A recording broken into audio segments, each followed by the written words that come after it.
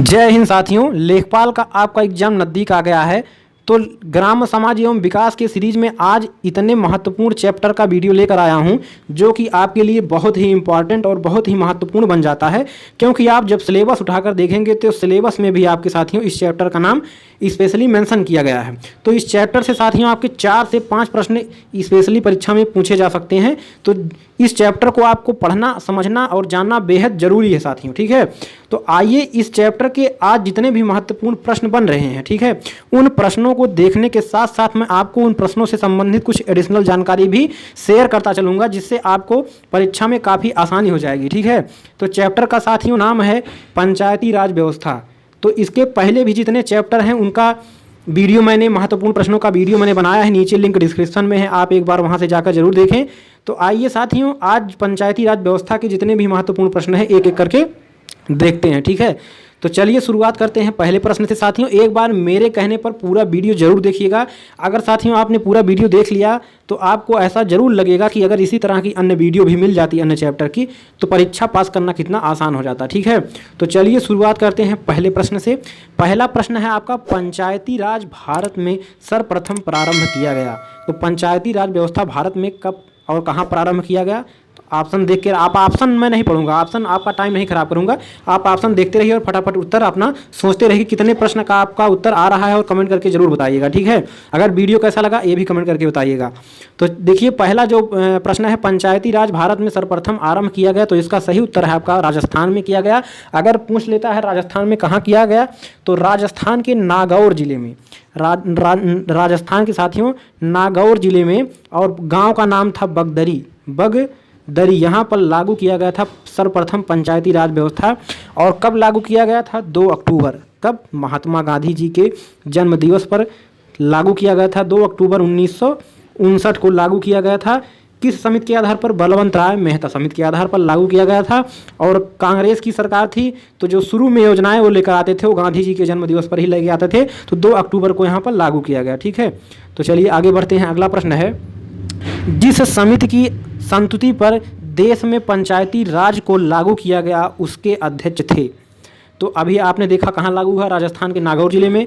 तो किस समिति के जो संस्तुति पर लागू किया गया था? तो आपका ऑप्शन बी वाला बिल्कुल सही हो जाएगा, बलवंत राय मेहता समिति। किस समिति के कहने पर, किस समिति की संस्तुति पर, सिफारिश पर? बलवंत राय मेहता का समिति के कहने पर इन्होंने, बलवंत राय मेहता ने त्रिस्तरीय पंचायती राज व्यवस्था दिया था। और कब दिया था इसका साथियों? अगर बलवंत राय मेहता समिति का गठन पूछ लिया जाए तो 1956 में हुआ था। और 1957 में इसने अपनी जो सिफारिश थी वो सरकार के सामने रखी थी, ठीक है। अगला प्रश्न देखिए, भारत में पंचायती राज व्यवस्था का शिल्पी किसे कहा जाता है? जिस तरह संविधान का शिल्पी साथियों डॉक्टर भीमराव अंबेडकर को कहा जाता है, उसी तरह पंचायती राज व्यवस्था का शिल्पी आपको साथियों BR मेहता यानी कि बलवंत राय मेहता को कहा जाता है। इसी समिति के कहने पर जो है पंचायती राज व्यवस्था सर्वप्रथम राजस्थान के नागौर जिले के बगदरी गाँव में 1959 में 2 अक्टूबर को लागू किया गया था, ठीक है। चलिए आगे बढ़ते हैं। वीडियो लाइक जरूर करिएगा साथियों, काफ़ी मेहनत लगी है और सभी महत्वपूर्ण प्रश्न हैं, आपको एडिशनल जानकारी भी देते चल रहा हूं, ठीक है। अगला प्रश्न है, 1957 में किस समिति ने भारत में त्रिस्तरीय पंचायती राज की सर्वप्रथम सिफारिश की? तो अभी मैंने बताया 1956 में किस समिति की स्थापना की गई थी, किस समिति को बनाया गया था? BR मेहता समिति यानी कि बलवंत राय मेहता समिति को। 1957 में मैंने अभी ऊपर बताया था, 1957 में इस समिति ने, BR मेहता समिति ने अपनी सिफारिश जो है त्रिस्तरीय पंचायती राज व्यवस्था की सिफारिश सरकार के सामने रखी थी। तो आपका ऑप्शन बिल्कुल तीसरा सही जगह बलवंत राय मेहता समिति, ठीक है। चलिए आगे बढ़ते हैं। तो वीडियो कैसा लगा साथियों कमेंट जरूर करिएगा। अगला प्रश्न है, 5वां प्रश्न है, अशोक मेहता समिति ने, बलवंत राय मेहता समिति के बाद साथियों अशोक मेहता समिति ने जो है पंचायती राज के लिए किस प्रतिमान की संस्तुति की थी? तो बलवंत राय मेहता ने त्रिस्तरीय, और जो अशोक मेहता है साथी इन्होंने द्विस्तरीय पंचायती राज व्यवस्था का जो है सिफारिश किया था सरकार के सामने। तो जो अशोक मेहता समिति है इसका गठन 1977 में हुआ था साथियों। कब? 1977 में, दिसंबर 1977 में। और इसने अपनी सिफारिश जो है सरकार के सामने 1978 में रखी थी 2 स्तरीय पंचायती राज व्यवस्था स्थापित करने की। किसके स्थान पर? त्रिस्तरीय। इसके पहले जो बलवंत राय मेहता समिति ने दिया था उसके स्थान पर इन्होंने 2 स्तरीय पंचायती राज व्यवस्था रखने की बात कही। अगला प्रश्न है आपका, निम्नलिखित में से किस कमेटी या आयोग ने न्याय पंचायत बनाने की सिफारिश की थी? तो ये साथियों काफ़ी इंपॉर्टेंट प्रश्न है आपके लिए। तो 6 नंबर प्रश्न का उत्तर क्या हो जाएगा? तो ये आपका हो जाएगा साथियों option C, GVK Rao committee. क्या साथियों? GVK राव कमेटी ने जो है ये आपका सर्वप्रथम आपका न्याय पंचायत बनाने की सिफारिश की थी साथियों, ठीक है। तो ये पंचायत आपका 1985 में आया था। कब? 1985 में आया था, डॉक्टर VKV राव समिति, ठीक है। इन्होंने 4 स्तरीय पंचायती राज व्यवस्था बनाने की सिफारिश की थी। किसने? GVK राव कमेटी ने 1985 में 4 स्तरीय पंचायती राज व्यवस्था सरकार के सामने पेश की थी। तो अगर पूछ लिया जाए कि 4 स्तरीय पंचायती राज व्यवस्था की सिफारिश किसने की थी, तो GVK राव कमेटी समिति ने। अगला प्रश्न है, पंचायती राज को संवैधानिक स्थिति प्रदान करने की संस्तुति निम्नलिखित में से किस कमेटी के द्वारा की गई थी? तो पहले सर्वप्रथम जो है संवैधानिक दर्जा प्राप्त किसने जो है सिफारिश की सरकार से कि साथियों कि जो पंचायती राज व्यवस्था है उसको संवैधानिक दर्जा प्राप्त किया जाए, ठीक है, संवैधानिक दर्जा दिया जाए। तो ये आपका है LM सिंघवी समिति। LM सिंघवी समिति ने जो सर्वप्रथम जो है पंचायती राज व्यवस्था को संवैधानिक दर्जा देने की बात कही थी। तो ये आपका साथियों कब आया था? LM सिंघवी समिति आपका 1986 में आया था, ठीक, 1986 में आया था। कब? 1986 में LM सिंघवी कमेटी आपकी आई थी और इन्होंने संवैधानिक दर्जा देने की बात कही थी।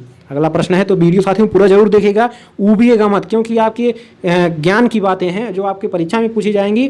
तो समय भी कम बचा है, तो आप एक बार मैराथन के रूप में ये देखेंगे तो आपको परीक्षा में आपके जब सामने पड़ेगा, नज़र के सामने, तो आपको उत्तर आसानी से पता चल जाएगा, तो आप अच्छा कर सकते हैं परीक्षा में, ठीक है। अगला प्रश्न है, पंचायती राज व्यवस्था में निम्नलिखित में से कौन सी समिति संबंध नहीं है?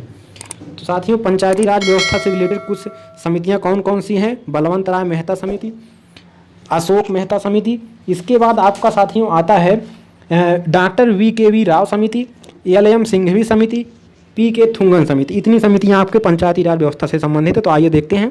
अशोक मेहता समिति है, GVK राव समिति है, बिल्कुल सही है, BR मेहता समिति। तो आपका तीसरा ऑप्शन नहीं है, ऐसी कोई समिति पंचायती राज व्यवस्था में नहीं है साथियों, ठीक है। चलिए अगला प्रश्न देखते हैं। अगला प्रश्न है साथियों, निम्नलिखित में से कौन सी एक समिति पंचायती राज व्यवस्था से संबंधित नहीं है? फिर इसी तरह का प्रश्न है, तो PVN राव समिति, PV ऐसा कोई समिति शायद नहीं है। अगला देखिए, LM सिंघवी समिति कब आया था? 1986 में आपका आया था, ठीक है। ये है अशोक मेहता समिति, ये आपका आया था कब? अभी मैंने आपको बताया, ये आया था आपका 1977 में अशोक मेहता समिति। इसके अलावा बलवंत राय मेहता समिति 1956 में गठित, 57 में अपनी सिफारिश थी। तो पहला ऑप्शन आपका सही हो जाएगा कि PVN राव ऐसी कोई समिति जो है पंचायती राज व्यवस्था से संबंधित नहीं है साथियों, ठीक है। अगला प्रश्न है आपका, निम्नलिखित में से कौन सी एक समिति भारत में पंचायती राज व्यवस्था से संबंधित नहीं है? फिर ऐसा ही प्रश्न आ गया। तो आपका LM सिंघवी समिति 1986 में, सादिक अली समिति, अशोक मेहता समिति आपका आया था 1977 में, ठीक है। तो ये आपका इसमें साथियों 10 वाले प्रश्न में ये आपका पहला हो जाएगा कि दिनेश गोस्वामी समिति ऐसी कोई समिति जो है पंचायती राज व्यवस्था से संबंधित नहीं है, ठीक है। चलिए अगला प्रश्न देखते हैं, 11 नंबर प्रश्न। अगला प्रश्न है, पंचायतों के लिए कराए जाने वाले सभी निर्वाचनों के संचालन का अधीक्षण, निर्देशन एवं नियंत्रण निहित होता है। किसमें निहित होता है साथियों? तो ये आपका हो जाएगा राज्य निर्वाचन आयोग में। किसमें? राज्य निर्वाचन आयोग में। ये जो निर्वाचन से संबंधित जितने भी कार्य होंगे वो आपका राज्य निर्वाचन आयोग करवाएगा, ठीक है। मुख्य निर्वाचन आयोग केंद्र में जितने भी होते हैं और अन्य जो निर्वाचन होते हैं उसको कराता है, लेकिन जो पंचायती राज व्यवस्था का स्पेशली जो पूरा कार्य कौन कराता है? राज्य निर्वाचन आयोग करवाता है, ठीक है। अगला प्रश्न देखिए, आगे बढ़ते हैं और वीडियो लाइक शेयर कमेंट जरूर करिएगा, कैसा लगा कमेंट करके जरूर बताइएगा। अगला प्रश्न है आपका, भारतीय संघात्मक व्यवस्था में तृतीय तल कब जोड़ा गया? यानी कि भारतीय संघात्मक व्यवस्था मतलब कि भारतीय संविधान में तृतीय तल यानी कि त्रिस्तरीय पंचायती राज व्यवस्था की बात कर रहा है, कब जोड़ा गया? तो ये आपका ऑप्शन सी बिल्कुल सही जगह 1992 में। 1992 में कब? 24 अप्रैल 1992 को साथियों आपको जो है पंचायती राज व्यवस्था को संवैधानिक दर्जा दिया गया, ठीक है। तो इसी की बात कर रहा है। तो प्रश्न आ सकता है कि कब दिया गया? तो 24 अप्रैल 1992 को पंचायती राज व्यवस्था को संवैधानिक दर्जा दिया गया। ठीक है, किस समिति की बातें मानी गई थी? पी.के. थुंगन समिति की बातें मानी गई थी। उसी के आधार पर जो है पंचायती राज व्यवस्था को जो है संवैधानिक दर्जा दिया गया। ठीक है, किस संविधान पूछता है साथियों, किस संविधान संशोधन के अनुसार पंचायती राज व्यवस्था को संवैधानिक दर्जा दिया गया? तो 73वें संविधान संशोधन 1992-93। ठीक, 1992 में संविधान संशोधन आया था, लेकिन ये पूर्णतः कब पारित किया गया था? 1993 में। तो इसको 73वें संविधान संशोधन 1992-93 के अनुसार इसको जो है संवैधानिक दर्जा पंचायती राज व्यवस्था को दिया गया था। ठीक है, 73वां संविधान संशोधन पंचायती राज व्यवस्था और 74वां संविधान संशोधन आपका नगर पंचायत से संबंधित है। ठीक है, अगला प्रश्न आप देखिए, भारत में राष्ट्रीय पंचायती राज दिवस कब मनाया जाता है? तो कब मनाया जाता है? जिस दिन आपको पंचायती राज व्यवस्था को संवैधानिक दर्जा दिया गया उसी दिन।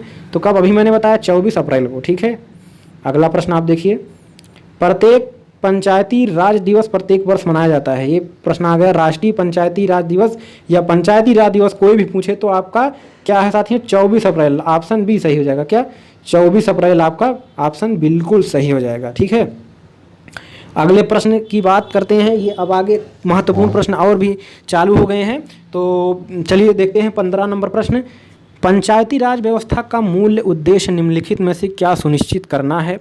पहला है आपका विकास में जन भागीदारी, दूसरा है राजनीतिक जवाबदेही, तीसरा है लोकतांत्रिक विकेंद्रीकरण, वित्तीय संग्रहण चौथा है। ठीक है, तो कौन कौन सा आपका ऑप्शन सही हो जाएगा? क्या उद्देश्य है पंचायती राज व्यवस्था का?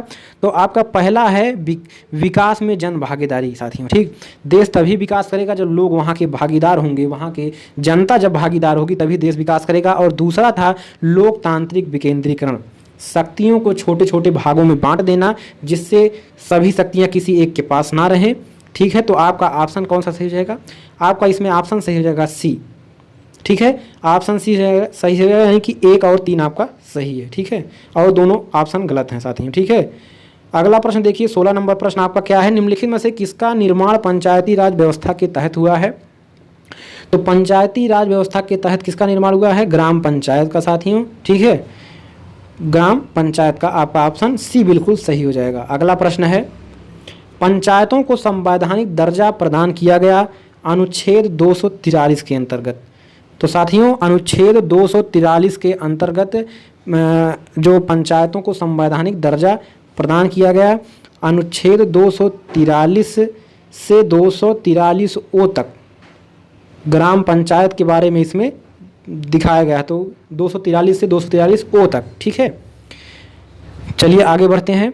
अगला प्रश्न है, पंचायत का 5 वर्ष का कार्यकाल प्रारंभ होता है? क्या ऑप्शन में है आपका चुनाव की तिथि से? काफ़ी इंपॉर्टेंट है साथियों, हल्के में ना लीजिए इसको। पंचायत का जो 5 वर्ष का कार्यकाल कब से प्रारंभ होता है? चुनाव की तिथि से? बिल्कुल गलत, परिणाम घोषित नहीं। अगला है, पंचायत की प्रथम अधिवेशन के लिए नियत तिथि से? यही आपका जब प्रथम अधिवेशन होता है पंचायत का उसी दिन से आपका प्रारंभ होता है और 5 वर्ष तक आपका जो है कार्यकाल चलता है। अगला प्रश्न है, निम्नलिखित में से कौन पंचायतों की संरचना के बाबत उपबंध करने को अधिकृत है? ठीक है, तो कौन है आपका ऑप्शन? तो राज्य का जो विधानमंडल है साथियों, आपका ऑप्शन भी सही हो जाएगा। राज्य का जो विधानमंडल है वही पंचायतों की संरचना में कुछ कर सकता है। ठीक है, राज्य का विधानमंडल, ठीक है, वही कुछ कर सकता है और कोई इसमें चेंजेस नहीं कर सकता। ठीक है, तो आपका ऑप्शन बी बिल्कुल सही हो जाएगा। अगले प्रश्न की तरफ बढ़ते हैं। 20 नंबर प्रश्न है आपका, पंचायती राज को ... के अंतर्गत स्वशासन की इकाई के रूप में संगठित किया गया। तो आपका कौन सा ऑप्शन सही हो जाएगा 20 में? तो आपका मैंने अभी इसके पहले बताया था, तो जो पंचायती राज को भारतीय संविधान के 73वें संविधान संशोधन में जो है अंतर्गत जो है स्वशासन की इकाई के रूप में संगठित किया गया। तो 73वां संविधान संशोधन आपका 1992 और 93 में। ठीक है, तो ये साथियों आपका 93वां संविधान संशोधन पंचायती राज व्यवस्था को संवैधानिक दर्जा प्राप्त कराने के लिए था। ठीक है, अगला प्रश्न है आपका, निम्नलिखित में से कौन भारतीय संविधान के 73वें संशोधन में सम्मिलित है? तो 73वें संविधान संशोधन में साथियों त्रिस्तरीय पंचायती राज व्यवस्था की बात की गई है। त्रिस्तरीय पंचायती राज व्यवस्था में ये कहा गया है कि जो है एक जिला पंचायत होगा और ब्लॉक स्तर पर क्षेत्र पंचायत होगा और ग्राम पंचायत होगा। ठीक है, 73 में और नगर पंचायत की बात साथियों आपका 74वें संविधान संशोधन में किया गया है। ठीक है, तो ये आपका यही ऑप्शन सही हो जाएगा। कौन सा अच्छा इसमें ऑप्शन है, कौन सा ऑप्शन सही हो जाएगा साथियों? ये आपका हो जाएगा पहला, दूसरा और तीसरा सही है, तो आपका सही हो जाएगा ऑप्शन बी। ठीक है, आपका ऑप्शन बी बिल्कुल सही रहेगा कि पहला, दूसरा और तीसरा जो ऑप्शन है वो सही है। यानी कि जिला स्तर पर जिला पंचायत, ब्लॉक स्तर पर क्षेत्र पंचायत या ब्लॉक पंचायत और ग्राम स्तर पर ग्राम पंचायत, ये त्रिस्तरीय पंचायती राज व्यवस्था। और जो नगर पंचायत हो आपके 74वें संविधान संशोधन में ये किया गया है। अगला प्रश्न है साथियों, पंचायती राज संस्थाओं को 29 कार्यों की सूची किस अनुच्छेद के तहत दी गई है? तो साथियों आपको बता दूं कि पंचायती राज जो संस्थाएं हैं इनके अंतर्गत दो चीज़ें आती हैं। एक आपका आता है ग्राम पंचायत, एक आपका आता है नगर पंचायत। ग्राम पंचायत आपका 73वें संविधान संशोधन के द्वारा, नगर पंचायत 74वें संविधान संशोधन के द्वारा। तो इन दोनों को लागू कब किया गया था? 24 अप्रैल को। उसी दिन पंचायती राज दिवस मनाया जाता है। तो ये आपका एडिशनल जानकारी हो गया। इसके अलावा साथियों जो पंचायती राज व्यवस्था में जो ग्राम यानी कि ग्राम पंचायत है उसके 29 कार्यों को जो है संविधान में बताया गया है, तो वो किस अनुच्छेद में है यही आपसे पूछा गया है। तो ये आपका ऑप्शन डी बिल्कुल सही जगह, अनुच्छेद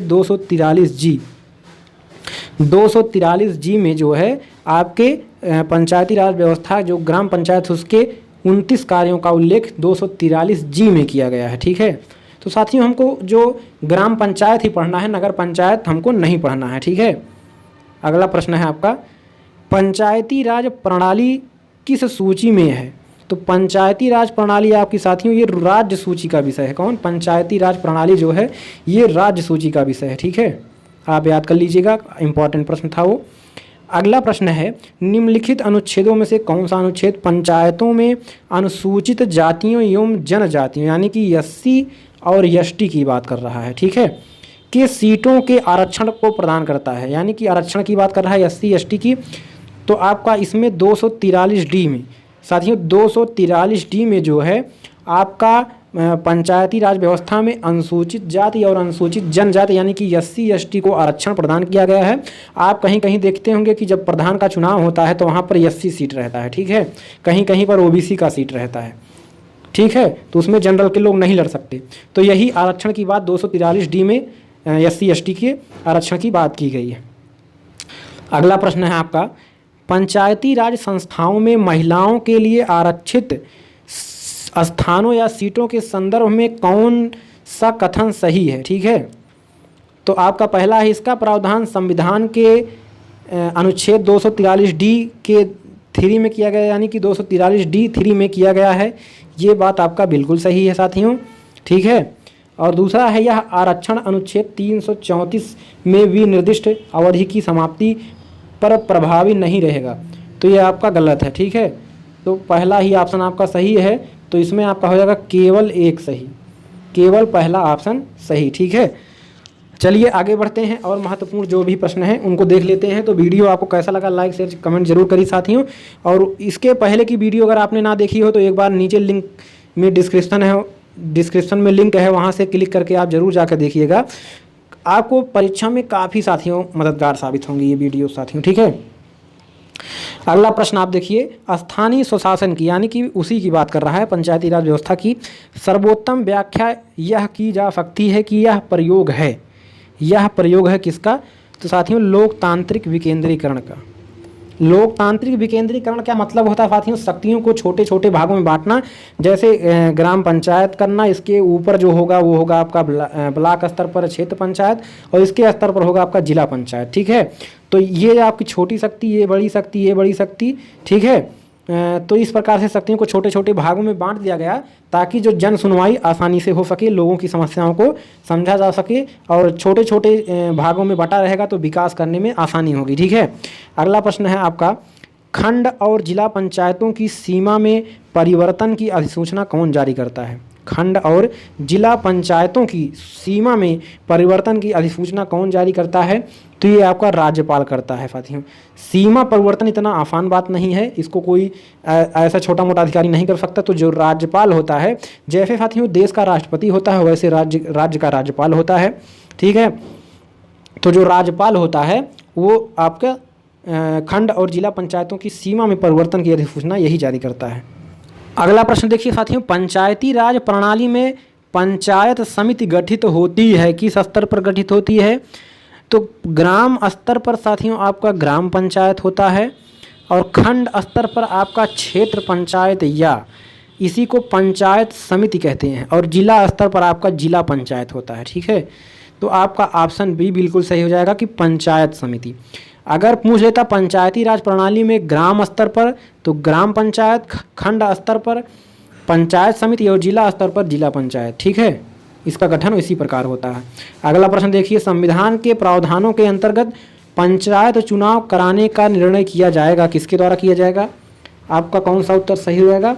आपका राज्य सरकार जो है, पंचायत चुनाव कराने का जो निर्णय वो राज्य सरकार करेगी। आज्ञा कौन देगा? राज्यपाल देगा। किसको? राज्य के चुनाव आयोग को। चुनाव कौन कराएगा? राज्य चुनाव आयोग कराएगा। ठीक है, और आज्ञा कौन देगा? राज्यपाल देगा, लेकिन निर्णय कौन लेगा? राज्य सरकार लेगा। ठीक है, इसको आप समझ लीजिए। अगला प्रश्न है, एक विकास खंड पर पंचायत समिति होती है, एक विकास खंड पर पंचायत समिति होती है, तो एक प्रशासकीय अधिकरण, क्या? एक विकास खंड पर जो पंचायत समिति होती है वो एक प्रशासकीय, साथियों क्या? प्रशासकीय अधिकरण होती है। ठीक है, अगला है आपका ब्लॉक स्तर पर पंचायत समिति होती है। ब्लॉक स्तर पर जो पंचायत समिति होती है साथियों, ये भी आपका प्रशासनिक अधिकरण होता है। ठीक है, यही आपका ब्लॉक स्तर पर पंचायत समिति होती है, और जो पंचायत समिति होती है वो प्रशासनिक अधिकरण, ठीक है, होती है। ठीक है, अगला प्रश्न देखिए आपका, पंचायती राज व्यवस्था अपनाई गई थी। ठीक है, तो आपका कौन सा ऑप्शन सही हो जाएगा? काफ़ी इंपॉर्टेंट प्रश्न है। तो आपका लोकतंत्र की शक्तियों के विकेंद्रीकरण के लिए, जो लोकतंत्र है उसकी शक्तियों को बांटने के लिए जो है पंचायती राज व्यवस्था अपनाई गई थी। ठीक है, चलिए अगला प्रश्न देखते हैं। पंचायती राज का मुख्य उद्देश्य है, पंचायती राज का मुख्य उद्देश्य क्या है साथियों? आपका ऑप्शन कौन सही हो जाएगा? आपका ऑप्शन सही हो जाएगा डी वाला, लोगों को विकास मूलक प्रशासन में भागीदारी योग्य बनाना। अगर साथियों जनता वहाँ की शासन में भागीदारी लेगी तो अपने क्षेत्र की जो समस्या है उसको जानेगी, उसको समझेगी, तो वहाँ विकास अच्छा करेगी। इसी उद्देश्य से पंचायती राज व्यवस्था बनाया गया था। ठीक है, अगला प्रश्न देखिए, पंचायती राज का प्रधान लक्ष्य है, प्रधान मतलब मुख्य लक्ष्य क्या है? तो इसमें ऑप्शन आपका सही हो जाएगा 34 में, ग्रामवासियों में शक्ति का विकेंद्रीकरण। जो ग्रामवासी हैं उनमें शक्तियों को बांट देना, यही आपका पंचायती राज व्यवस्था का मुख्य लक्ष्य है। यानी कि जो शक्तियां हैं साथियों किसी एक के पास ना रहें, वरना वो अन्यथा वो गलत उपयोग करने लगा, तो इसलिए शक्तियों को जो बांट दिया गया ताकि कोई भी गलत कार्य ना कर सके। अगला प्रश्न देखते हैं, पंचायती राज से निम्नलिखित क्या है? पंचायती राज से संबंधित निम्नलिखित कथनों में से कौन सा सही नहीं है, पूछा गया है। ठीक है, तो पहला ऑप्शन आपका है, पंचायत व्यवस्था भारतीय ग्रामीण जीवन का युगों में से एक अभिन्न अंग रहा है, बिल्कुल सही है। ये साथियों प्राचीन काल से ऐसी व्यवस्थाएं थी। ठीक है, बीच में विलुप्त हो गई थी, लेकिन प्राचीन काल से ये अभिन्न अंग रहा है। तो ये साथियों जो 73वां संशोधन था, 73वां संशोधन पंचायती राज व्यवस्था को लेकर, वो 15 अगस्त 1993 को प्रभावित हुआ। गलत, मैंने अभी आपको बताया था 73वां संविधान संशोधन 24 अप्रैल 1993 को हुआ था। ठीक है, तो ये आपका ऑप्शन कौन सा सही हो जाएगा? यही सही नहीं है, तो आपका ऑप्शन बी सही हो जाएगा। और जानकारी ले लेते हैं, यह एक त्रिस्तरीय जैविकी रूप में जुड़ी रहती है पंचायती राज व्यवस्था, त्रिस्तरीय पंचायती राज व्यवस्था है। ठीक है, पर भारतीय संविधान का अनुच्छेद 243 जी है, जी 243 जी इसके महत्व को बढ़ाता है। ठीक है, बिल्कुल सही बात है, तो आपका ऑप्शन बी बिल्कुल सही हो जाएगा। ठीक है, अगला प्रश्न है, पंचायती राज व्यवस्था है, पंचायती राज व्यवस्था एक व्यवस्था है, क्या है? इसको देख लेते हैं कौन कौन सा ऑप्शन सही है। स्थानीय स्तर पर सुशासन की, बिल्कुल सही है। ठीक है, और क्या सही है? जैव संबंधी के साथ त्रिस्तरीय अभिशासन की, ये नहीं लग रहा है साथियों, गलत है। लोकतांत्रिक विकेंद्रीकरण की बात जरूर करता है पंचायती राज व्यवस्था, और पदसोपानिक संरचना की, गलत। तो आपका पहला और तीसरा ऑप्शन सही हो जाएगा। ठीक है, तो आपका इसमें क्या सही है? ऑप्शन में देखिए पहला तीसरा कहाँ पे है, तो आपका ऑप्शन बी सही हो जाएगा, यानी कि पहला और तीसरा। अगला है साथियों, भारत में पंचायती राज प्रतिनिधित्व करता है। भारत में जो पंचायती राज प्रतिनिधित्व करता है क्या? शक्तियों के विकेंद्रीकरण की बात करता है, बिल्कुल सही। लोगों की हिस्सेदारी हो, सही। सामुदायिक विकास हो, तो ये आपका ऑप्शन डी सही हो जाएगा। ये सभी जो पंचायती राज व्यवस्था है साथियों शक्तियों को बांटता है, ठीक है। लोगों की हिस्सेदारी जो है बराबर हो, इसकी भी ध्यान रखता है, और सामुदायिक विकास हो, ये भी ध्यान रखता है। तो आपका जो है ऑप्शन डी बिल्कुल सही हो जाएगा। अगला प्रश्न है, उत्तर प्रदेश में पंचायती राज संस्थाओं में महिलाओं के लिए आरक्षित स्थानों की संख्या कितनी है? ये बेहद इंपॉर्टेंट प्रश्न है। तो महिलाओं की जो साथियों महिलाओं को जो आरक्षण मिला गया है कुल स्थानों का 1/3, तो आपका ऑप्शन पहला ही बिल्कुल सही हो जाएगा। जितने भी साथियों स्थान है जहां पर चुनाव होता है उसका 1/3 महिलाओं के लिए आरक्षित होता है, ठीक है। चलिए आगे बढ़ते हैं, और वीडियो लाइक शेयर जरूर करें। नीचे हमारा टेलीग्राम चैनल का लिंक है, वहां से आप ज्वाइन कर लीजिए, वहां आपको इसका PDF ही मिल जाएगा साथियों, ठीक है। अगला प्रश्न है, पंचायत समिति के सदस्य क्या किए जाते हैं साथियों? पंचायत समिति के जो सदस्य होते हैं वो आपका ऑप्शन सी सही हो जाएगा, प्रत्यक्ष रूप से जनता द्वारा निर्वाचित किए जाते हैं। आप इसको याद कर लीजिए, जो पंचायत समिति के सदस्य होते हैं वो प्रत्यक्ष रूप से जनता द्वारा निर्वाचित किए जाते हैं, ठीक है। और सब ऑप्शन गलत है, तो आपका ऑप्शन क्या सही है? सी सही है। अगला प्रश्न है, सरकार की जो पंचायती राज प्रणाली की प्रमुख विशेषताएं क्या हैं? आइए देखते हैं कौन कौन सा सही ऑप्शन है। इनमें सरकार की 3 श्रेणियां होती हैं, ठीक है। इनमें सरकार की 3 श्रेणियां होती हैं, बिल्कुल सही। त्रिस्तरीय पंचायती राज व्यवस्था बनाई गई है। इसका लक्ष्य गाँवों को सामाजिक एवं आर्थिक न्याय प्रदान करना है, बिल्कुल सही है। जिला परिषद में इसके सदस्य के रूप में कुछ सांसद होते हैं। जो जिला परिषद होते हैं इसमें जो है कुछ सांसद होते हैं, ठीक है, सदस्य के रूप में। तो आपका ऑप्शन डी सही हो जाएगा कि ये सभी वाक्य सही हैं। तो इनको आप पढ़कर याद कर लीजिए ताकि कुछ विशेषताएं आपको जानकारी मिल जाए, ठीक है। अगला प्रश्न है, संविधान की 11वीं अनुसूची के अनुसार पंचायत के क्षेत्राधिकार में कितने विषयों को रखा गया है? जो साथियों 11वीं अनुसूची में क्या पंचायती राज व्यवस्था है कि 11वीं अनुसूची में? तो 11वीं अनुसूची में जो पंचायत क्षेत्राधिकार के कितने विषयों को रखा गया है साथियों? तो आपका ऑप्शन बिल्कुल सही होगा, 29 कार्यों को जो है रखा गया, 29 विषयों को रखा गया है। अगला प्रश्न देखिए। अगला प्रश्न है, यदि पंचायत भंग होती है, यदि मान लीजिए पंचायत भंग होती है, पंचायत को भंग भी साथियों किया जाता सकता है, ठीक है।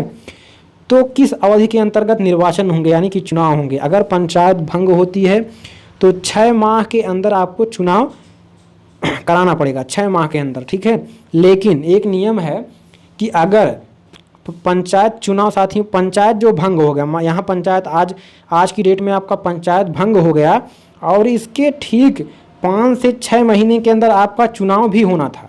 मतलब चुनाव होना था किसका? सब जगह का चुनाव होना था, यानी कि 5 वर्ष का जो कार्यकाल है पंचायत का पूर्ण होने वाला था।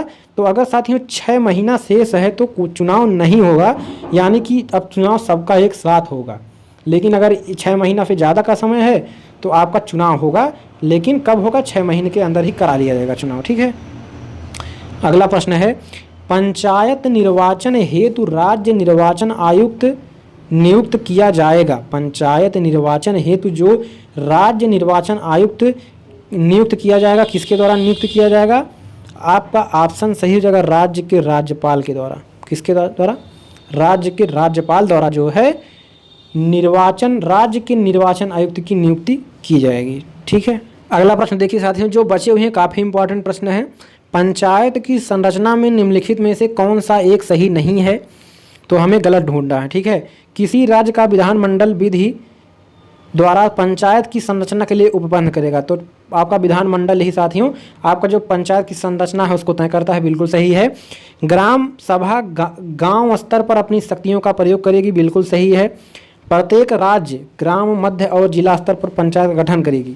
तो साथियों ये गलत है, क्योंकि नियम में कहा गया है कि मतलब जरूरी नहीं है कि प्रत्येक राज्य में प्रत्येक स्थान पर त्रिस्तरीय पंचायती राज व्यवस्था ही हो, यानी कि ग्राम स्तर पर ग्राम पंचायत, मध्य स्तर पर ब्लॉक स्तर पर पंचायत समिति और जिला स्तर पर जिला पंचायत। जरूरी नहीं है साथियों, लेकिन नियम यही बना है, लेकिन जरूरी भी नहीं है। जैसे आपका एक अपवाद क्या है, पश्चिम बंगाल में साथियों 4 स्तरीय पंचायती राज व्यवस्था है। कहाँ पर? पश्चिम बंगाल में। ये एक अपवाद है, इसको रट लीजिए आप। पश्चिम बंगाल में चार स्तरीय पंचायती राज व्यवस्था है। इसके अलावा एक नियम और है कि जहां पर जनसंख्या 20 लाख से कम होगी वहां पर 2 स्तरीय पंचायती राज व्यवस्था चलाई जाएगी। ठीक है, तो ये आपका साथियों ऑप्शन सी सही हो जाएगा कि ऐसा जरूरी नहीं है साथियों। ठीक है, आगे लिखा है कि ऐसे राज्य जिनकी जनसंख्या 20 लाख से अधिक नहीं है वे मध्य स्तर पर पंचायत का गठन नहीं कर सकेंगे। मैंने अभी ऊपर बताया। ठीक है, तो अभी आपका ऑप्शन सही है। तो गलत कौन है? आपका गलत है सी। और पूछा क्या है? गलत ही पूछा है, तो आपका ऑप्शन सी ही सही हो जाएगा।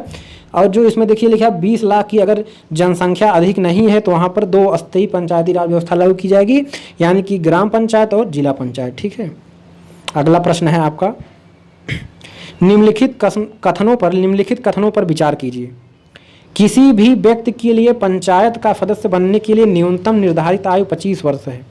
बिल्कुल गलत है। कितने वर्ष साथियों? 21 वर्ष है। ठीक है, अगला है पंचायत के समय पूर्व भंग होने के पश्चात पुनर्गठित पंचायत केवल अवशिष्ट समय के लिए ही जारी रहती है। बिल्कुल सही है। बात समझिए साथियों, जैसे अगर पंचायत जो है भंग हो गई, पंचायत भंग हो गई तो नियम क्या है? 6 महीने के अंदर चुनाव होगा। ठीक है, लेकिन अगर 6 ही महीना चुनाव को सेफ रह गए थे तो चुनाव नहीं होगा।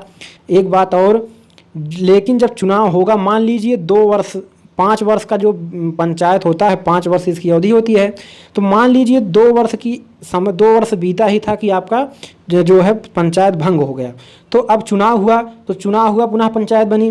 तो ये चुनाव जो जीती है पंचायत, जो बना है जीतने के बाद, ये आपका साथियों कितने 2 वर्ष तो बीत चुका था पहले ही, बचा कितना? 3 वर्ष, यानी कि 3 वर्ष जो समय बचा उसी के लिए ये पंचायत रहेगी। इसके बाद पुनः चुनाव अपने समय पर हो जाएगा। ठीक है, तो ये आपका ऑप्शन केवल दूसरा सही है। ठीक है, तो ये आपका बताना है केवल 2 सही, आपका ऑप्शन बी सही हो जाएगा। ठीक है, अगला प्रश्न देखिए, प्रश्न नंबर 46, पंचायत अनुसूचित क्षेत्रों में विस्तार अधिनियम 1996 के अंतर्गत समाविष्ट क्षेत्रों में ग्राम सभा की क्या भूमिका सकती है?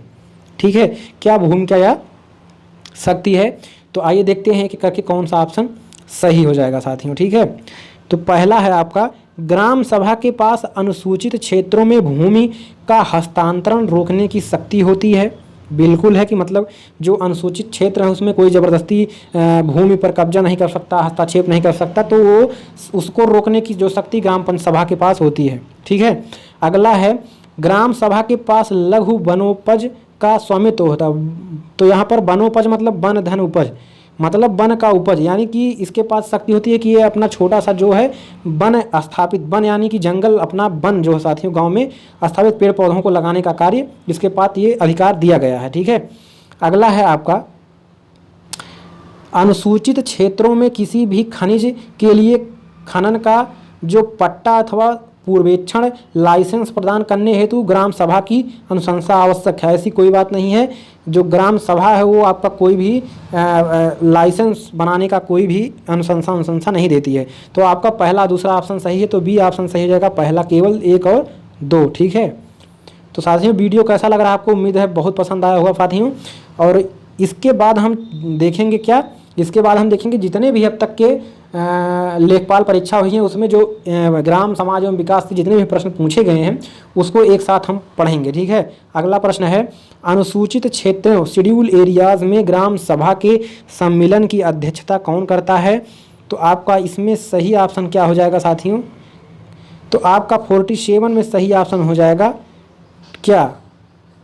उपस्थित अनुसूचित जनजाति सदस्य जो ग्राम सभा द्वारा चुना जाए। अनुसूचित क्षेत्रों में ग्राम सभा के सम्मेलन की अध्यक्षता कौन करेगा? उपस्थित अनुसूचित जनजाति सदस्य, जो अनुसूचित जनजाति सदस्य चुने गए होंगे, जो उनमें उपस्थित होगा वही जो है अध्यक्षता करेगा। ठीक है, अगला प्रश्न है, सरकार ने अधिसूचित क्षेत्रों में पंचायत विस्तार PESA अधिनियम को 1996 में अधिनियमित किया। निम्नलिखित में से कौन सा एक उसके उद्देश्य के रूप में अभिज्ञात नहीं है? तो स्वशासन प्रदान करना, बिल्कुल सही है। पारंपरिक अधिकारों को मान्यता देना, बिल्कुल सही है। जनजातीय क्षेत्रों में स्वायत्त क्षेत्रों का निर्माण करना, ये आपका साथियों गलत हो जाएगा। अगला है जनजातीय लोगों को शोषण से मुक्त कराना, ये भी आपका सही है। तो आपका ऑप्शन क्या हो जाएगा, स्वायत्त क्षेत्रों का निर्माण करना। ये आपका मतलब स्वायत्त मतलब अपने मन से नए क्षेत्रों का निर्माण आप नहीं कर सकते, तो ये आपका ऑप्शन सी ही सही हो जाएगा। क्या पूछा है, नहीं है, तो ये आपका ऑप्शन सी सही हो जाएगा। तो वीडियो कैसा लगा साथियों, लाइक शेयर कमेंट जरूर करेंगे और ऐसी वीडियो लेकर हमारे चैनल को सब्सक्राइब कर लीजिए। इसके बाद हम प्रीवियस ईयर के प्रश्नों को देखेंगे, तो नीचे टेलीग्राम का लिंक है, उसको भी आप ज्वाइन जरूर कर लीजिए। धन्यवाद।